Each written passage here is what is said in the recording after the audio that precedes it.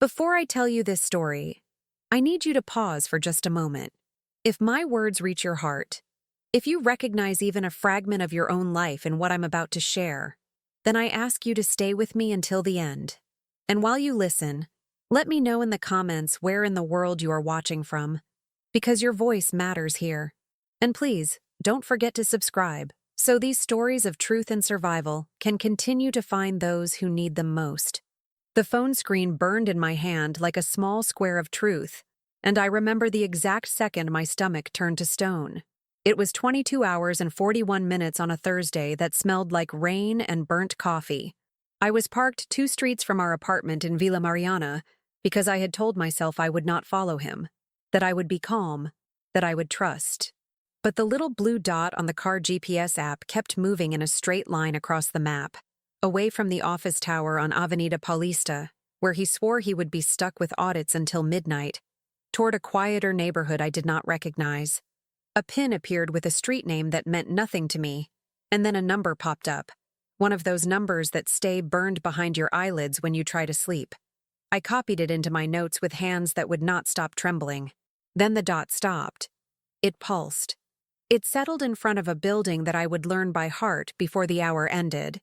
I had installed the tracking months earlier, when my sister said, in that soft voice of hers, that sometimes love required you to verify what your heart refused to believe.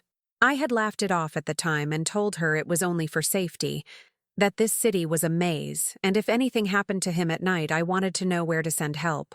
A month later, the app told me he went to the same pharmacy 3 nights in a row at almost the same time, 5 minutes past 11, always after the gym. I told myself it was protein powder. Then it was a florist on a Monday, a place I had never been taken to. Later, he came home with tulips for his mother, and I clapped like a fool. I called it kindness. I called it thoughtfulness. I did not call it what it was. We met in 2011 in a cinema with cracked seats and cold air that made you hug yourself. He wore a shirt that was too big and a smile that was too sure. He told me he wanted a serious life, a life with schedules and receipts, and a mortgage that would make us both grow up. In 2013, we married in a small church near Consolacion, and the cake was 2 layers because 3 would have put us over budget.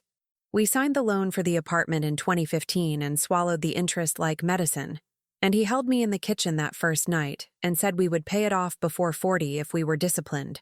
He liked that word, disciplined. We cooked rice and eggs on a borrowed pan and called it our first feast. When I think about those early years, I can still feel the wet concrete smell of the garage and the way the elevator shook after the 9th floor.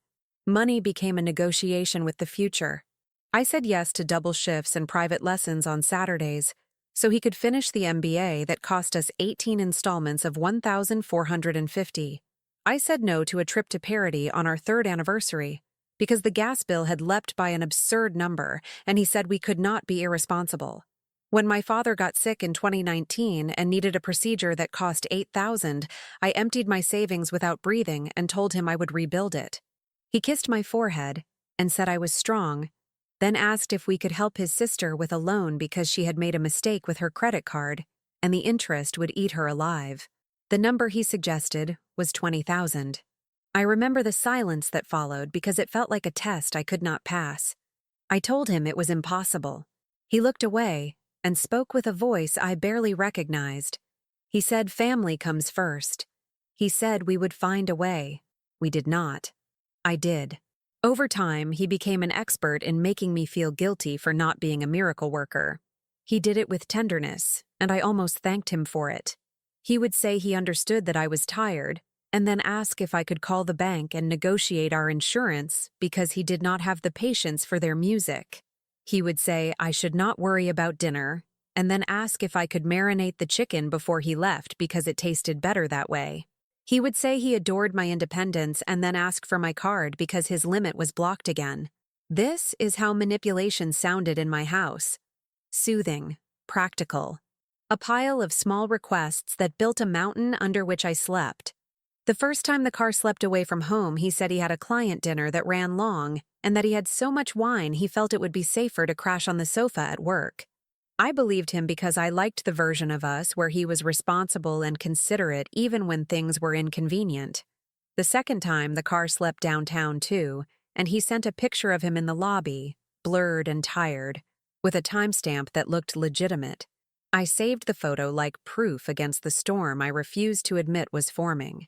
The third time, I opened the GPS app because my heart was so loud I could not hear the television. The dot was not downtown. It was across the river.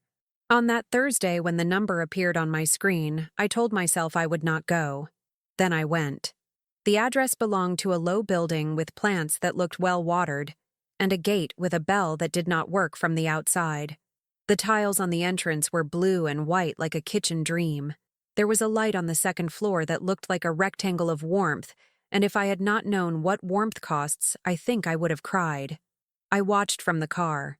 At 22 hours and 55 minutes, he appeared on the sidewalk with a paper bag, looked up, and smiled at the light like a man who had found a harbor.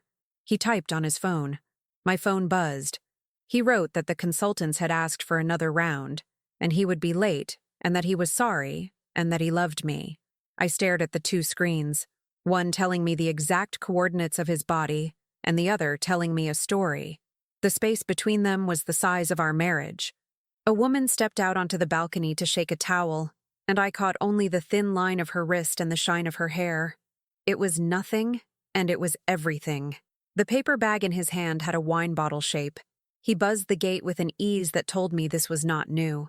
The door opened upstairs, and her silhouette moved across the rectangle of light like a secret walking. He vanished inside. Something in me went completely still, like a lake with all the fish dead under it. I do not know how long I sat there with the engine off, but I remember the smell of my own sweater, fabric softener, and office air, and the pressure in my chest that made me count to 20 for no reason. I wanted to be a person who kicks the door down and makes a scene that echoes from here to the end of the block. Instead, I took out my phone and did the boring thing. I took photos of the building number and the intercom list and the mailbox that showed a last name that did not match mine. I searched the number in the city registry. It gave me a name I had never heard. Then I opened my banking app and stared at the list of transfers over the past year. There were small ones that I had never questioned because they were always after midnight and labeled with nothing. 100 here. 75 there. A birthday in April that seemed to have cost $350, and I could not remember whose birthday that had been. I felt ridiculous. I felt old in a way that had nothing to do with age. When I finally walked up to the gate and pressed my finger against the cold metal, I thought about every time I had defended him to friends who called him distracted or distant. I thought about the way his mother would say he worked too hard, and how lucky I was to have a provider, and how I would smile and swallow the bitterness like tea that had gone cold. I thought about the year we did not buy a couch because he wanted to invest in a course that would change everything, and how the couch we eventually bought creaked on one side because we agreed it was fine. I pressed the bell even though I knew it did not work, and stood there anyway, the way you stand at the door of a dream that will not open. I wanted to leave a mark on that place. I took a lipstick from my bag and drew a tiny dot on the inside of the gate where no one would see. I am not proud of this, but it felt like leaving a witness. Later that night, I would tell myself I had left a piece of me there so that when I came back, I would know I had not imagined it. At 23 hours and 31 minutes, a rideshare stopped at the corner, and a couple got out laughing, and the sound made the whole street look like a postcard from someone else's life. I realized I could not sit there any longer. I walked back to the car, and as I turned the key, the balcony light went off. The rectangle became dark. The app showed the blue dot inside, unmoving. I drove home through avenues that suddenly looked unfamiliar and parked in our spot that still had a little oil stain shaped like a comma. Inside the apartment, the air smelled like him, his sneakers by the door, the mug on the sink with a trace of coffee, the blanket folded on the sofa the way I folded every morning. I stood in the hallway, and the floor tiles felt cold through my socks. Then I did something I had never done in 12 years. I opened his desk drawer and looked for proof. I found a receipt from a restaurant in MoMA with 2 desserts and a wine I know he does not drink with me. I found a tiny note folded into a square with a phone number and a smiley face. I found a second toothbrush that did not belong to either of us. New and still in its package, hidden under a stack of old conference badges like a future he had not yet started but already planned for. I sat on the floor and held the toothbrush in my palm, and it was heavier than any number I had ever moved from one account to another. When he came home at 1 hour and 12 minutes, he smelled like lime and a perfume I could not name. He kissed my forehead and said the meeting was a nightmare and he was starving and do we have leftovers. I listened to my voice say yes like it belonged to someone else. I asked him how the consultants were, what they decided, whether the budget would pass. He told me they were optimistic. He told me the project was on track. He told me not to worry. I looked at his lips forming those words and imagined them on another mouth that was not mine. I poured him rice and chicken and watched him eat. He noticed nothing. When he finished, he leaned back and thanked me, and for a second his face was the face of the man who held me in a kitchen in 2015 and promised discipline and a home. The grief that rose in me felt like the ocean. I did not confront him that night. I washed the dishes and placed the toothbrush back where I found it, because I wanted the story to finish writing itself before I tore the pages. I went to bed and lay on my side and counted his breaths like I used to count our installment numbers. And I waited for sleep that did not come. In the morning, I would go back to that building. In the morning, I would ring a bell that did not ring and still be heard. In the morning, I would learn her name and his other life. But before morning, there was the long, dark corridor of doubt. And in that corridor, I met the version of myself who does not apologize for asking questions. The morning after that long night felt like a punishment. The sunlight poured through the blinds too bright, too merciless, and I lay there listening to him shower while I stared at the ceiling fan turning slowly. Each rotation a reminder that time was moving forward, whether I wanted it or not. My phone was still on the nightstand, open on the GPS app where the last location blinked like a wound that refused to close. He whistled a tune in the bathroom, something cheerful, and the sound cut through me with a cruelty I cannot explain. It was like listening to someone sing at a funeral. When he left for work, dressed in his navy blazer and smelling of aftershave, he kissed my cheek and told me not to overwork myself. He said we could order takeout tonight, something simple, because he knew I had a busy day. I smiled with lips that felt made of glass and said, "All right." The door closed, and the apartment turned silent in a way I had never noticed before. That was when I put on jeans, tied my hair back, and went back to the building. The street was quiet that morning. The bakery on the corner had a line of people holding paper bags, and the air smelled of fresh pain francais and warm butter. I stood in front of the building pretending to look at my phone while my eyes went to the mailboxes again. The last name I had written down the night before was there. Andrade. Apartment 23.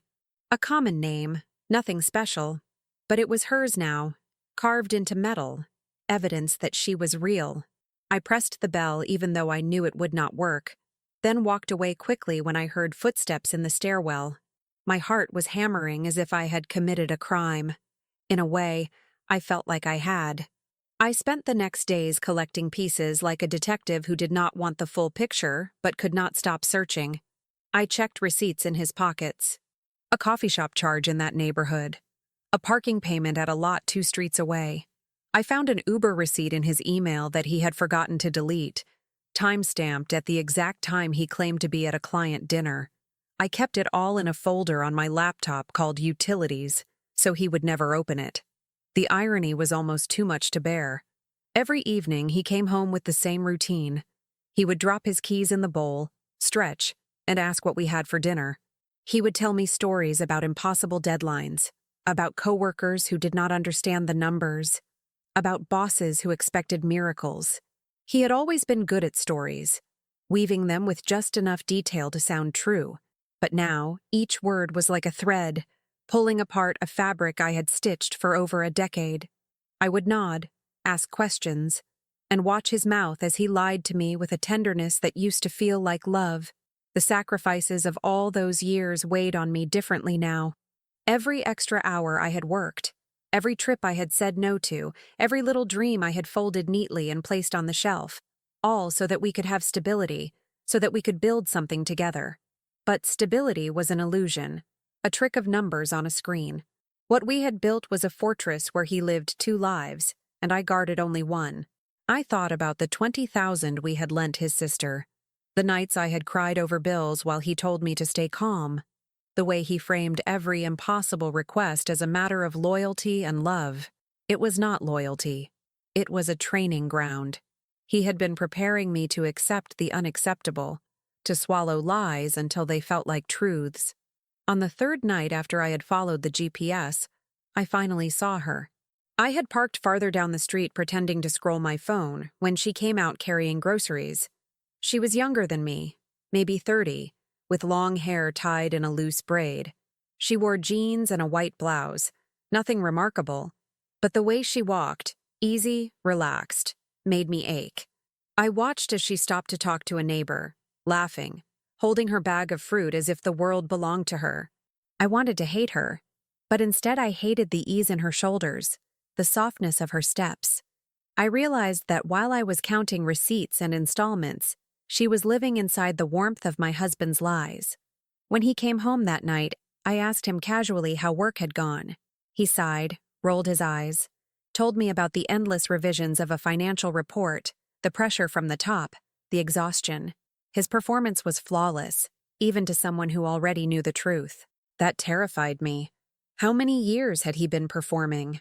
How many nights had I listened with sympathy to rehearsed lines? I excused myself to the bathroom and locked the door, staring at my reflection. I looked older than I had imagined, not because of age, but because of the weight I carried in silence. My eyes were sharp, but my mouth trembled. I whispered to myself, "You cannot unsee it now." It was not a warning. It was a sentence. The discovery of the lie was not a single moment, but a series of them, piling up like stones on my chest. Each receipt, each late night, each message that sounded rehearsed. It was not the one betrayal that broke me. It was the endless collection of small ones. I lay awake at night imagining the conversations he had with her, the laughter, the meals shared, the quiet domesticity. I thought about the toothbrush in his drawer and how it meant he was preparing for permanence. Not just a fling, a parallel home, a parallel life. I wondered if she knew about me. I wondered if he had made me invisible in her world the way he made her invisible in mine. By the end of that week, I could no longer move through our apartment without seeing ghosts. The couch we had bought on installment was no longer just a couch. It was a sacrifice I had made while he invested in someone else's smile. The plates in the kitchen, chipped from years of use, reminded me of every dinner eaten in faith while he was spending money on wine I never tasted. Even the bed, with its familiar creak, became unbearable, because I could not unhear the sound of him lying to me with the same mouth he kissed her with. The manipulation had been so complete that I almost admired its efficiency. He had convinced me that his long hours were proof of dedication, that his constant exhaustion was sacrifice, that his financial recklessness was generosity. I had been his silent partner in building a second life, one where I was the accountant, the cleaner, the alibi. I wondered when he stopped seeing me as his wife and started seeing me as his cover. The night before everything broke open, he looked at me across the table, reached for my hand, and told me he was lucky to have me. His thumb traced circles on my skin, and I felt nothing. No warmth, no tenderness, just calculation. That was when I knew I could not wait for the truth to fall into my lap. I would have to go to the door, to her, and tear open the fabric myself. The day I decided to confront the truth began with an ordinary morning. He left early, kissing my cheek with that same mechanical affection he had perfected, briefcase in hand, tie perfectly knotted. The smell of his cologne lingered in the hallway after the door closed, and I sat at the kitchen table with my coffee untouched, staring at the steam dissolve into nothing. It was a Tuesday, the kind of day that hides its storms in routine. I told myself I would not wait for another receipt, another lie wrapped in tenderness. I needed to see it with my own eyes, to hear it with my own ears. I called in sick at work and spent the morning rehearsing what I would say. Sometimes my voice broke when I imagined her face opening the door. Other times I grew hard, certain I would not cry. I told myself I would ask simple questions. How long? Who else knows? What does she believe about me? I needed facts, but beneath that, I needed to reclaim the years stolen from me with stories about work, about sacrifice, about family first. The more I thought, the more my hands shook. I barely touched the food I had placed on the plate. By noon, I knew waiting any longer would kill me. At 3 in the afternoon, I drove to her building. The same tiles at the entrance, the same balcony where I had once seen her shake out a towel. This time I parked directly in front, no longer willing to play the shadow. The gate was open for a delivery man, and I slipped inside with a boldness that surprised me. The stairs smelled faintly of cleaning solution and cooked beans. My legs felt heavy, like climbing through water. Apartment 23. Each step closer was a drumbeat in my chest. When I reached the door, I froze. My knuckles hovered in the air, but the courage that had carried me this far evaporated. Then I heard laughter inside. Not his, but hers. Light and unguarded. A woman's laughter in the middle of the afternoon. My stomach clenched. I knocked. The silence that followed was thick, like the house itself had stopped breathing. Then footsteps. The door opened a crack, and she appeared. Her braid was undone this time, her hair falling loose over her shoulder. Her eyes were wide, cautious, as if she expected trouble. "Yes?" she asked, her voice steady. I swallowed the lump in my throat and forced the words out. "I'm his wife." For a moment, confusion flickered across her face, followed by something else. Shock, then anger, then a tight control. She opened the door wider, just enough for me to see inside. A bottle of wine half empty on the counter, 2 glasses. A sweater on the back of the chair that I recognized as his. She looked at me again, as if measuring how much I already knew. "Come in," she said. The apartment was small but warm, with plants on the windowsill and photos of family on the walls. It was the opposite of my carefully budgeted, half-renovated home. It looked alive. I hated how much I noticed the details, how quickly I understood that this space had been built with joy, not with sacrifices counted on spreadsheets. We sat across from each other at the small table. She did not pour me wine. She crossed her arms and waited. "How long?" I asked. My voice cracked on the second word. 3 years, she said without hesitation. The number hit me like a fist. 3 years. 2022. That was the year my father died. The year I spent nights at the hospital and days at work, clinging to him for support I thought he gave. The year he told me he was overloaded with projects and needed me to be patient. All that time he had her. "Did you know about me?" I whispered. Her lips tightened. "Not at first. He told me he was separated, that you were just living in the same apartment until it was sold. Later I asked questions. The answers never matched. I think part of me always knew. I wanted to scream at her, but her words cut through me with something worse than blame. Recognition. She had been lied to, too. Different lies, but lies all the same. "Why didn't you stop?" My voice was sharper now. Her eyes narrowed. "Why didn't you?" The question burned. I opened my mouth, but nothing came out. Because I loved him? Because I believed him?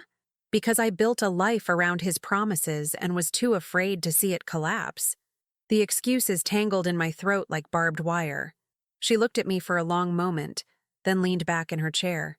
"He told me he was with me because you were cold.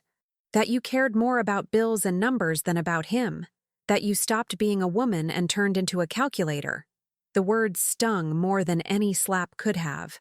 I saw the years of double shifts, of saying no to small pleasures, of stretching every coin, reframed into a weapon against me.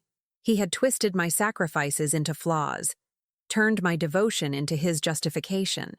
Tears blurred my vision, but I forced them back. I stood, gripping the edge of the table. "You can keep him," I said. "But know this. He is not a man who builds. He is a man who consumes. He consumed me for 12 years. Now it's your turn." Her expression did not change, but her silence told me I had struck something. I walked out before she could answer, my legs trembling, my chest burning.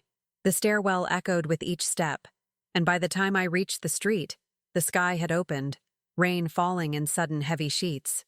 I let it soak me, every drop washing over the years of lies, but not enough to cleanse them. That night he came home late again, dripping wet, cursing the storm. He kissed my forehead, asked about dinner, as if the world had not shifted beneath our feet. I looked at him and knew. The performance was over. The night after I walked out of her apartment, something inside me broke for good. I sat on the edge of our bed, my hair still damp from the rain, staring at the man I once believed I would grow old with. He lay beside me, breathing deeply, already asleep, as if guilt never dared touch him. The rise and fall of his chest made me sick. Each exhale was a reminder that he carried on unbothered, while I was drowning in truths I never asked to find. I did not sleep. Instead, I replayed everything in my head. Our wedding in 2013, the vows he had whispered with a tremble in his voice, the years of shared struggle, the careful way we had built a life brick by brick. And then the cracks, those late nights at the office, the excuses that seemed so small until they were piled together into a mountain I could not climb. By morning, I felt hollow, as if my bones had been scooped out, leaving only skin stretched over rage and grief. That day, I made a decision. I would no longer collect evidence. I would no longer play detective in my own marriage. I had enough proof to bury him, and yet what I wanted was not revenge. I wanted acknowledgement. I wanted him to look me in the eyes and admit what he had done, strip away the performance, and let me see the coward he really was. When he came home that evening, shaking off his jacket and complaining about traffic, I didn't wait. I stood in the kitchen doorway, blocking his path. "I went to her apartment," I said. His body froze mid-motion. The keys slipped from his hand and clattered into the bowl by the door.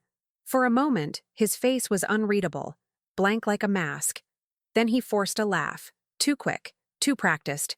"What are you talking about?" I held his gaze. "Apartment 23, Andrade." I spoke to her. She told me everything. The color drained from his face. He opened his mouth, closed it again, then rubbed the back of his neck like a man searching for an exit. "It's not what you think," he muttered. The oldest line in the book, and the one that confirmed everything at once. I stepped closer, my hands trembling but my voice steady. 3 years. While I was working double shifts, while I was paying off your sister's debt, while I was burying my father. 3 years you were living 2 lives. Don't you dare tell me it's not what I think. He finally looked at me, really looked at me, and for the first time in months the performance slipped. His eyes softened, almost pleading, and he whispered, "I didn't mean for it to happen." The words shattered me more than denial would have. Didn't mean for it to happen. As if betrayal was an accident, like spilling wine on a tablecloth, not 1,000 choices made in secret. My laughter came sharp and bitter. Didn't mean for it to happen? You bought her wine. You spent nights in her bed. You kept a toothbrush for her in your drawer. That doesn't just happen. He reached for me then, desperate, but I stepped back. His hand hovered in the air, and for once I let him feel the emptiness of it. "I love you," he said quickly, as if the words could glue back the pieces he had smashed. "She doesn't mean anything. You're my wife. You're my family. Family." The word cut me like glass. Family was the excuse he had used when he drained my savings, when he manipulated me into saying yes to impossible requests. Family was the banner he waved to hide his selfishness. I shook my head slowly. If this is family, then I don't want it. The silence that followed was heavier than any scream. He lowered his hand, his shoulders collapsing inward, and I knew he had nothing left to say that could erase what I had seen. For years I had begged him with my silence to be the man I married, but silence was no longer mine to give. That night, I packed a suitcase. Just enough clothes to remind him that I was real, that I existed beyond his lies. He watched me from the doorway, his lips pressed together, as if words had abandoned him at last. I zipped the bag, stood tall, and walked past him without another glance. The door clicked shut behind me, and for the first time in 12 years, I felt the weight of freedom press against my chest. I didn't know where I was going. The rain had stopped. The streets glistened under the yellow glow of streetlights, and I carried my life in a single suitcase. I thought of my sister's voice, warning me long ago. And I thought of all the sacrifices I had made for a man who traded them for a lie. My hands shook as I unlocked my car, but my heart was steady. For once, the map in front of me was blank. I drove without direction that night, the city unfolding around me in neon and silence. I passed familiar streets that once held comfort and now felt like strangers. Every traffic light seemed to hold me captive for an eternity, forcing me to sit with the weight of what I had done, what he had done. By the time I reached my sister's apartment, it was close to midnight. The windows were dark, but I knew she would open the door. She always did. When she saw the suitcase in my hand, she didn't ask questions. She just pulled me into her arms, and the smell of her lavender shampoo undid the wall I had built inside me. I cried then, for the first time since the truth had revealed itself. Not quiet tears, but the raw kind. Years of sacrifice and silence spilling out in sobs that shook my whole body. She held me, whispering that I was safe, that I wasn't crazy, that love was never supposed to look like this. Her words were simple, but they were the rope that pulled me out of the water I had been drowning in. The following days blurred into one another. I called in at work and told them I needed time off. I avoided my phone as much as possible, but the messages kept coming. Dozens from him. Long apologies, short apologies, declarations of love, promises to change. One of them even said, "I'll cut her off tonight. You're all I need." Another said, "Please come home, we can fix this." Fix. The word made me laugh through tears. You don't fix a house whose foundation is rotten. You tear it down before it buries you alive. But there were also calls from his mother. She asked me to meet her for coffee, said we could talk like women. Against my better judgment, I agreed. We met at a cafe near Praça da República, and she arrived wearing pearls, her perfume too strong, her smile too tight. She took my hands across the table as if she had any right. "My son made mistakes," she said, lowering her voice as if it were a scandal, not a life he had dismantled. "But men are weak. Families must stay united no matter what." I pulled my hands away. "Do you know how many years I carried him? How many times I said no to myself so he could say yes to everything?" Her eyes hardened. "Marriage is sacrifice. You chose this life. Don't throw it away because of one slip." One slip. The phrase almost made me choke. 12 years of discipline, 3 years of lies, reduced to a slip. I stood up, left the untouched coffee on the table, and walked out without looking back. That was the moment I understood. The manipulation wasn't just his. It was learned, inherited, polished by the voices around him that excused every betrayal as weakness and demanded my silence as loyalty. That evening, I blocked his number. The silence after that was terrifying, like stepping into a cave without light. But it was also liberating. No buzzing phone, no carefully chosen words meant to soften my anger. Just me, the weight of my choices, and the terrifying expanse of freedom. I spent hours sitting by my sister's window, looking down at the city lights. For the first time, I let myself ask questions I had buried under years of routine. Who was I, if not his wife? What dreams had I folded away to make space for his? How much of my life had been stolen? And how much had I willingly given away because I believed love meant endurance? On the 4th night, I opened my laptop and scrolled through old photos. Our wedding. Vacations that looked happier in pictures than they had felt at the time. Birthdays where my smile reached only halfway to my eyes. And then receipts, bank statements, reminders of sacrifices that had bought me nothing but betrayal. I closed the laptop and whispered into the empty room. No more. The reflection in the window looked back at me. Tired. Yes, but sharper than before. I realized that grief was no longer the heaviest thing I carried. It was clarity. And clarity, though brutal, was the first step toward something I had forgotten I deserved. Peace. The first time I stepped back into our apartment after leaving felt like entering a crime scene. The walls looked the same. The photos on the shelves still smiled at me. But the air was heavy, poisoned with everything unsaid. I had come only to gather what was mine, the essentials I couldn't leave behind forever. My sister waited in the car downstairs, the engine running. I promised her I wouldn't take long. Inside, his presence was everywhere. His sneakers by the door, his cologne lingering in the hallway, the faint trace of his voice in the silence. My hands shook as I opened the bedroom closet. My clothes hung in neat rows beside his, a visual reminder of the life we had braided together. I pulled dresses from their hangers, stuffed them into bags without folding. Each item felt like a memory I didn't want but couldn't erase. The blouse I had worn on our 5th anniversary, the jacket from our trip to Campos de Jordão, the shoes I bought for a wedding where he had danced with me all night. As I worked, the door opened.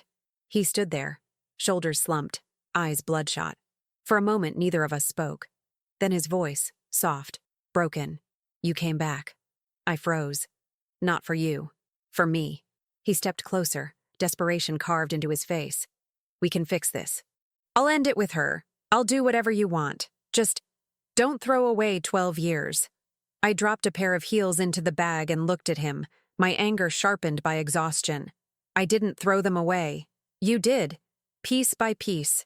Every late night, every lie, every time you let me sacrifice while you were building a life somewhere else."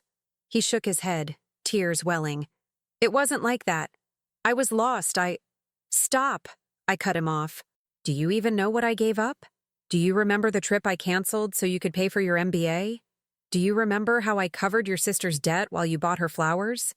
Do you know how many times I told myself that love meant sacrifice, only to find out I was the only one sacrificing?" The silence between us was suffocating. He wiped his face with the back of his hand, looking smaller than I had ever seen him. But even in that moment, I knew his regret wasn't about losing me. It was about losing the stability I provided, the cover I had given him. I zipped the last bag and slung it over my shoulder. "You wanted 2 lives. Now you'll have none. Not mine, not hers. Just your lies." His mouth opened, but no words came. I walked past him, my step steady, my breath shallow but firm. At the door, I turned once more, not out of longing, but to etch the image of what I was leaving behind. A man who had built his world on manipulation, standing in the ruins he had created. Downstairs, the city felt different. The night air was cool, the street alive with the hum of traffic. I loaded the bags into my sister's car and climbed into the passenger seat. She glanced at me, concern written on her face, but I managed a small nod. I wasn't healed, not even close, but I was free.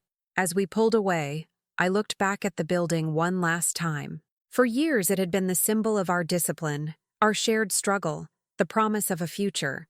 Now it was nothing more than walls containing a story that had ended. My story was elsewhere, waiting to be written with hands that no longer trembled. The weeks that followed were a blur of paperwork and silence. Ending a marriage is not a single moment. It is 1,000 signatures, passwords changed, bills redirected, belongings divided like spoils of war. I sat across from lawyers in sterile offices, the smell of old coffee clinging to the air, and recited dates and numbers as if they were lines in a play I never auditioned for. 12 years reduced to documents, bank statements, and questions like joint account or individual. I answered them all with a voice that felt detached, almost clinical, but inside every answer carved another wound. He tried reaching me through other numbers, through mutual friends, even once by standing outside my sister's building with flowers in his hand. I watched from the window as he shifted his weight from foot to foot, his phone glowing in his palm. For a moment, I almost felt the pull of habit, the urge to forgive, to open the door. But then I remembered the toothbrush in his drawer, the laughter I had heard in her apartment, the way his lies had turned my sacrifices into excuses. I let him stand there in the cold until he left. Nights were the hardest. Lying on the couch in my sister's living room, listening to the hum of the refrigerator, I replayed every argument we never had, every suspicion I had swallowed. I thought about the years I called loyalty what was really fear, and endurance what was really neglect. My sister would sometimes sit beside me, hand me tea, and remind me that grief is not only for the dead. You grieve the life you thought you had, the future you believed in. Her words were true, but they didn't soften the ache. At work, I forced smiles. Colleagues asked if I was all right, and I lied with the ease of someone who had been trained by a master. "Just tired," I said. "Just busy." None of them knew that I went home to a borrowed bed, that I cried in the shower so my sister wouldn't hear. None of them saw me scrolling through photos at midnight, deleting one after another, my thumb trembling as if each picture weighed a kilo. One evening, sorting through boxes of my things, I found an old notebook where I had written dreams during our first years of marriage. Trips we would take, a small bakery I once thought about opening, books I wanted to write. The handwriting was shaky with youth, the ink smudged in places, but the words were alive. I sat on the floor and read them aloud, tears streaming, realizing that somewhere along the way I had stopped being that woman. I had become the accountant of his lies, the caretaker of his comfort, while my own life gathered dust. The turning point came unexpectedly. I was walking near Avenida Paulista when I passed a small art gallery with a sign outside, "Free admission today." On impulse, I went in. The walls were lined with paintings of city streets, familiar yet transformed, rain reflecting neon lights, buildings dissolving into color. I stood in front of one canvas for almost half an hour, unable to move. It showed a lone figure walking away from a burning house, not in fear, but in calm, as if freedom was worth the flames. Something inside me shifted. I realized I wasn't just escaping his lies. I was walking back toward myself. That night, I made a decision. No more checking his messages, no more saving receipts in secret folders, no more rehearsing confrontations in my head. The story between us was over. The only story left was mine, and it would no longer be written in the shadows of his betrayal. Freedom does not arrive with trumpets or grand gestures. It comes quietly, in small moments that sneak up on you when you least expect them. For me, it came one morning as I sat in my sister's kitchen, sipping coffee from a chipped mug.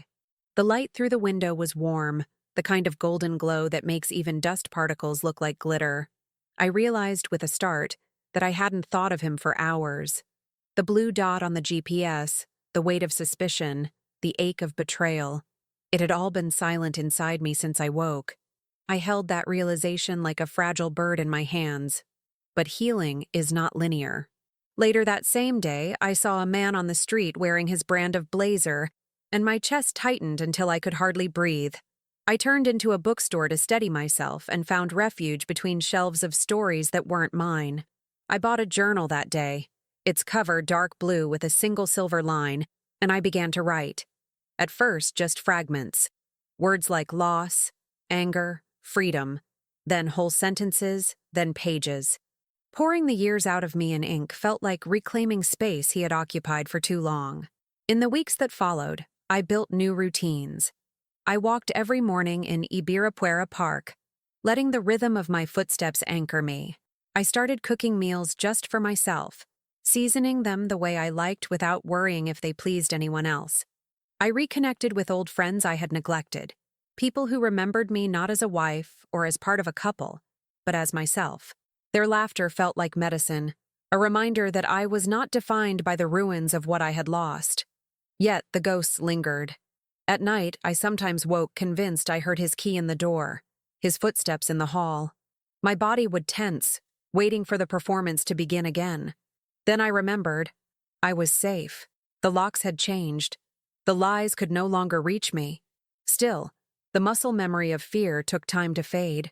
The most unexpected pain came from realizing how many parts of my identity had been tied to him. For years, I introduced myself as his wife. Every story I told began with we. Now, I stumbled over the pronoun I. Who was I? Alone. What did I like, apart from compromise? Which dreams were mine, untainted by his demands?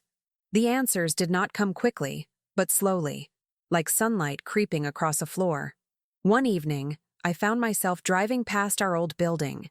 I hadn't planned it. My hands just turned the wheel, pulled by some mix of masochism and curiosity. The balcony light was on. I wondered if he was inside alone, or if she was there, living the life that had once been mine. For a moment, I felt the old rage rise, sharp and hot. But then, just as quickly, it ebbed away. That wasn't my life anymore. That wasn't my prison. I pressed the accelerator and drove past without looking back again. By the end of that month, something in me had shifted. I no longer cried every night. I no longer checked my phone expecting apologies that would twist the knife deeper. Instead, I began making small lists.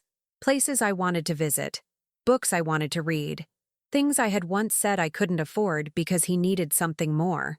Each list was a rebellion, a quiet refusal to be the woman who only sacrificed. Healing was messy, uneven, and sometimes cruel, but it was mine. For the first time in years, my life belonged to me. The first real breath of peace came on a Sunday morning when I woke to the sound of church bells in the distance. It had been months since I left him, but until then, every dawn felt like dragging chains through my chest. That morning was different. I stretched in bed, sunlight brushing my skin, and realized the heaviness was gone. The silence in the room no longer pressed on me. It comforted me. It wasn't absence anymore. It was freedom. I spent that day walking through the city without a destination. I stopped at a street market, bought myself fresh flowers, and carried them home like a trophy. For years, I had bought bouquets only for birthdays, for visits to his mother, or to decorate our table when guests were coming. This time, they were for no one but me. I placed them in a jar on the windowsill, their colors spilling into the room, and I whispered aloud, "You deserve beauty, even without a reason." That became my ritual, small acts of kindness toward myself. I lit candles at night while I read. I cooked elaborate meals even if I was eating alone. I allowed myself to rest without guilt. Slowly, I began to rebuild the parts of me that had been buried under discipline and sacrifice. But healing also brought anger. A deeper kind, quieter, but sharper. I realized how thoroughly he had trained me to believe that my exhaustion was normal, that my sacrifices were duty, that my silence was love. The manipulation was so complete it felt surgical, cutting me into pieces until I could not recognize where I ended, and he began. Sometimes I would wake at night with my fists clenched, whispering the words I never said to his face. "You turned me into a ghost in my own life." Therapy helped. At first I resisted, telling myself I was strong enough to get through it alone. But strength had kept me silent for too long. Sitting in that small office with the smell of peppermint tea in the air, I told a stranger about the blue dot on the GPS, the toothbrush in the drawer, the woman's laughter behind a door. I cried until my chest hurt. The therapist listened, nodded, and told me something I hadn't dared to believe. Betrayal was not my failure. His lies were not proof of my inadequacy. I was not unworthy. I was deceived. Those words broke something open in me. For the first time, I stopped replaying every sacrifice as if I could rewrite them. Stopped wondering if I could have been prettier, lighter, more exciting. The blame belonged to him. The healing belonged to me. Months passed. Divorce papers were signed, accounts separated, the legal knots untangled. When the envelope with the final decree arrived, I sat with it in my lap for a long time before opening it. The paper was plain, the language cold, but it marked the end of 12 years. I expected grief to crush me again, but what I felt was relief, like setting down a suitcase I had been carrying through storms. That evening, I walked in the park, breathing the cool air, and I noticed couples holding hands, families on bikes, children laughing. Instead of bitterness, I felt a strange tenderness. Love itself was not the enemy. Lies were. Manipulation was. Sacrifice without reciprocity was. I could still believe in love, just not in his version of it. For the first time, the future didn't terrify me. It beckoned. I thought of trips I still wanted to take, maybe alone, maybe one day with someone worthy of my trust. I thought of the bakery dream written in my old notebook, the smell of fresh bread and sugar filling a space that was mine. I thought of mornings where the only lies I heard were the harmless ones I told myself to stay in bed a little longer. As the sun dipped below the horizon, painting the sky in orange and violet, I whispered a promise to myself. Never again will I trade my truth for someone else's comfort. The final confrontation never came in the way I once imagined. I didn't scream at him in public, didn't throw his clothes out the window, didn't demand apologies until he broke. The last time we saw each other was in a lawyer's office, the air heavy with paperwork and stale perfume. He sat across from me, thinner than I remembered, his eyes darting between the papers and my face, searching for a trace of the woman who once believed everything he said. But she was gone. He tried one last time, his voice soft, almost rehearsed. "We can start over. I know I made mistakes, but you're my family. We can fix this." I looked at him for what felt like an eternity, not with rage, but with clarity.